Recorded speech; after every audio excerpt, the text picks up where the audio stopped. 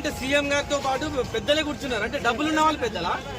మామూలు వ్యక్తులు మాలాంటి వాళ్ళకి ఇవ్వండి సార్, మా వాయిస్ వినిపించండి.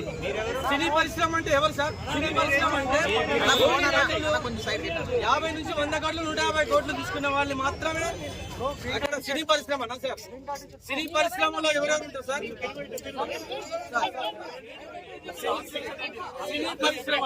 సినీ పరిశ్రమ ఎవరు సార్? కార్మికుల దగ్గర నుంచి, ప్రేక్షకుని దగ్గర నుంచి, నటులు, దర్శకులు, నిర్మాతలు. సామాన్య ప్రేక్షకుని మేడం, రేవంత్ రెడ్డి గారు సామాన్య ప్రేక్షకుని గురించి